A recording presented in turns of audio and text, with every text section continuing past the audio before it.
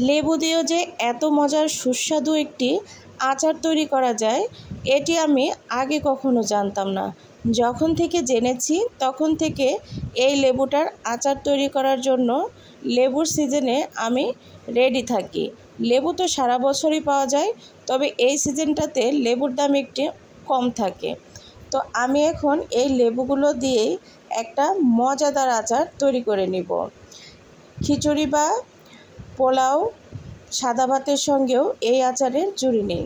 আসসালামু আলাইকুম, Monira blog kitchen থেকে আমি মনিরা বলছি। আজ তৈরি করে দেখাবো মজাদার স্বাদের লেবুর আচার রেসিপি। এখানে কিছু শুকনা মরিচ আমি ফ্রাই প্যানে ভেজে নিব। শুকনা ফ্রাই প্যানে ভেজে নিতে হবে। এখানে গোলমরিচ নিয়েছি 1 চামচ, 1 চামচ নিয়েছি জিরা, আর 1 টেবিল চামচ নিয়েছি পাঁচফোড়ন। সবগুলো উপকরণকে ভালোভাবে ভেজে গুঁড়া করে রেখে দেব। আর এখানে আমি লেবু নিয়েছি। মেন উপকরণ হচ্ছে এই লেবুটা আমি নিয়েছি আধা কেজি। আপনারা যারা বেশি পরিমাণে তৈরি করতে চান সেই ক্ষেত্রে লেবুর পরিমাণ বেশি নেবেন। লেবুগুলোকে এভাবে ছোট ছোট টুকরা করে কেটে এখন আমি এগুলোকে ব্লেন্ড করে নিব। অবশ্যই ব্লেন্ড করতে হবে, ব্লেন্ডার ছাড়া কিন্তু শিলপাটাতে বাটা সম্ভব না। এই যে দেখুন ব্লেন্ড করে নিয়েছি। এগুলো এখন এই ফ্রাই প্যানে আমি দিয়ে দেব। এখানে কিন্তু কোনো প্রকার তেল ব্যবহার করতে হবে না। আর যাদের অতিরিক্ত গ্যাস হয় তারা কিন্তু এই আচারটা অনায়াসে খেতে পারেন।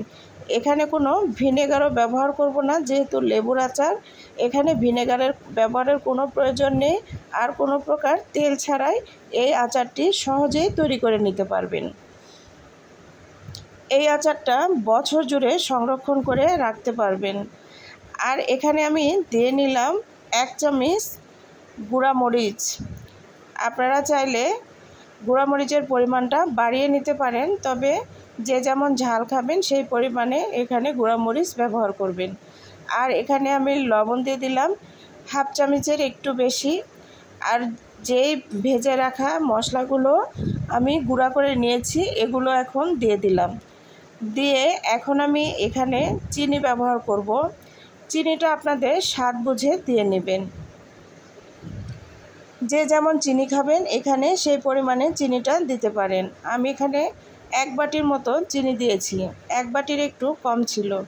সবগুলো উপকরণ দেওয়ার পর এখন অনবরত নেড়ে নিতে হবে। মিডিয়াম আঁচে এই আচারটা তৈরি করে নিতে হবে। এই আচারটা তৈরি করতে 15 থেকে 20 মিনিটের মতো সময় লাগবে। এর মধ্যেই আচারটা একদম রেডি হয়ে যাবে। বেশি সময়ের কোনো প্রয়োজন নেই। আর চুলার আঁচটাকেও মিডিয়াম আঁচে রাখবেন অবশ্যই।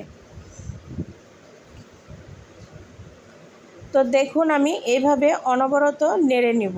এখানে আর কোনো কিছুর ব্যবহার করার কোনো প্রয়োজন নেই।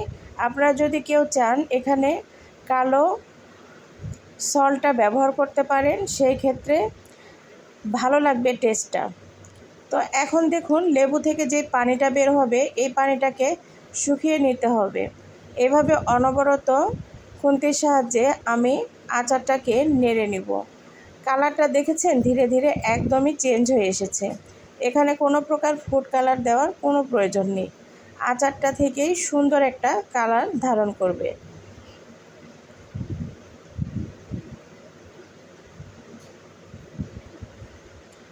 এই লেবুর আচারটা তৈরি করে সঙ্গে সঙ্গে খেলে একটু তিতা ভাব লাগতে পারে। এই আচারটা যদি আপনারা সংরক্ষণ করে রেখে দেন ধীরে ধীরে দেখবেন এর টেস্টটা কত সুন্দর লাগে। লেবুর আচার বা আমলকির আচারগুলো কিন্তু পরবর্তীতে খেতে ভালো লাগে, সঙ্গে সঙ্গে খেলে তেমন একটা ভালো লাগে না।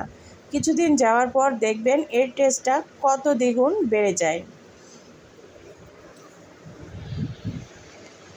এই যে দেখুন এটা নাড়তে নাড়তে দেখবেন একদমই শক্ত হয়ে এসেছে।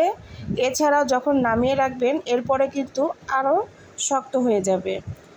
আমার আচার রেসিপিটি কেমন লেগেছে অবশ্যই কমেন্ট করে জানাতে ভুলবেন না।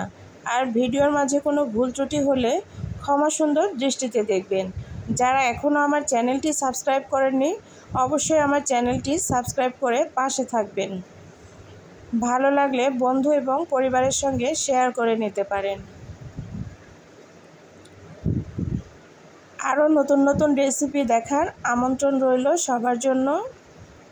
তো দেখুন আচারটা কিন্তু আমার প্রায় হয়ে এসেছে। আচারটা কিন্তু এখন অনেকটাই প্যান থেকে উঠে আসছে।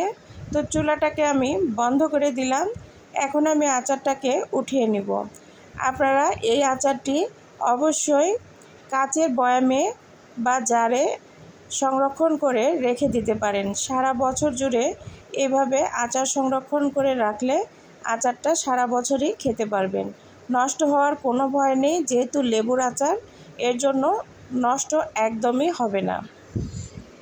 তো ফাইনালি রেডি আমার লেবুর আচার। কেমন লাগলো দেখুন তো। এটি কিন্তু খিচুড়ির সঙ্গে খেতে অনেক ভালো লাগে। ভাত বা পোলাও তার সঙ্গেও জুড়ি নেই। আজকে তাহলে এখানেই শেষ করলাম। ভালো থাকবেন, আমার জন্য দোয়া করবেন। আল্লাহ হাফেজ।